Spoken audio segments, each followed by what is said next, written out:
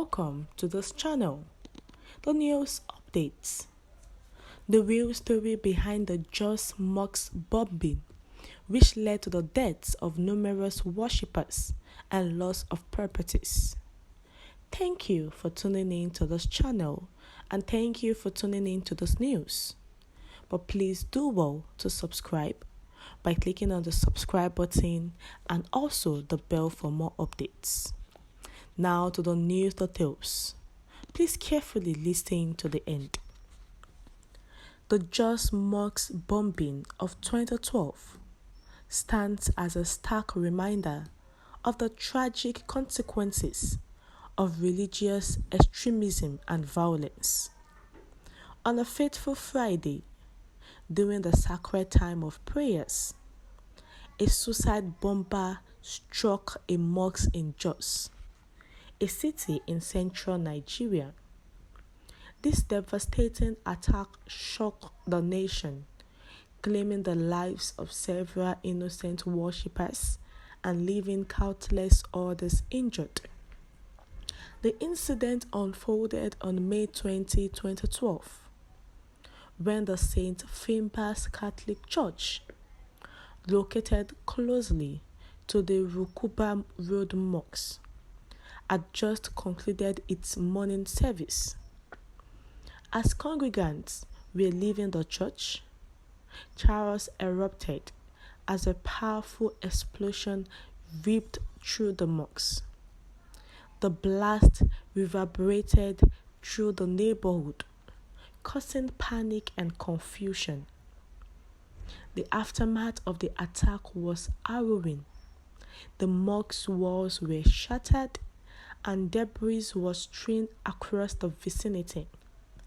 The injured were rushed to nearby hospitals, where medical personnel battled to save lives amid the showers. Tragically, several individuals succumbed to their injuries, adding to the growing toll of violence in the region. The possibility for the attack was claimed by the militant Islamist group Boko Haram, notorious for its campaign of terror in Nigeria.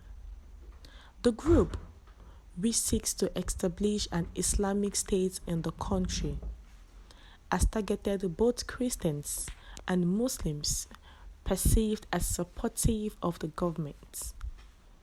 The Mosque bombing was part of their relentless campaign to sow fear, division, and discord among the Nigerian population. The bombing sent shockwaves throughout the nation and prompted widespread condemnation. Nigerian authorities launched investigations to identify those responsible and bring them to justice. The incident highlighted the urgent need to address the underlying causes of the conflict, including social, economic, and political grievances, to prevent further loss of innocent lives. The Mosque bombing of 2012 serves as a tragic reminder of the vulnerability of places of worship and the need for unity in the face of extremism. It stands as a solemn chapter in Nigerians' history, a stark testimony to the devastating impact of violence on communities and the urgent need for peace-building efforts to foster harmony and coexistence among diverse religious groups. Now, going back to 2012, where the Mosque bombing happened. Now, this actually shocked the nation because a lot of lives were lost, a lot were injured, and till now, some are still not fine because of that shock. And this has resulted in religious extremism and violence in that part of the region.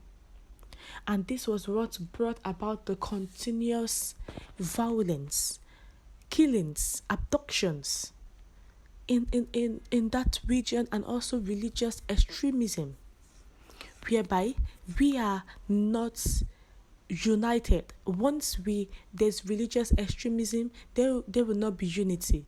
And we need to be united to be able to not allow such thing to happen any longer. Because this is 11 years down the drain, and it's still in Nigerians' history, very fresh. And if we continue this way, the violence in the community will keep erupting. It stands as a solemn chapter in Nigerians' history, a stark testimony to the devastating impact of violence on communities. What Nigerian need now is urgent need for peace building, so that we can foster harmony. And also, there will not be religious extremism. There will be coexistence among diverse religious groups. Because if we keep saying that this person is not my religion, I cannot work with this person, I need to do harm to this person, we cannot grow. And we don't want a situation whereby this violence, this conflict will affect Nigerians from all over the country. So now, going back to 2012, the Nigerian authority has gone back to spot out investigations, and they have launched the investigations to actually identify those that are responsible and bring them to justice.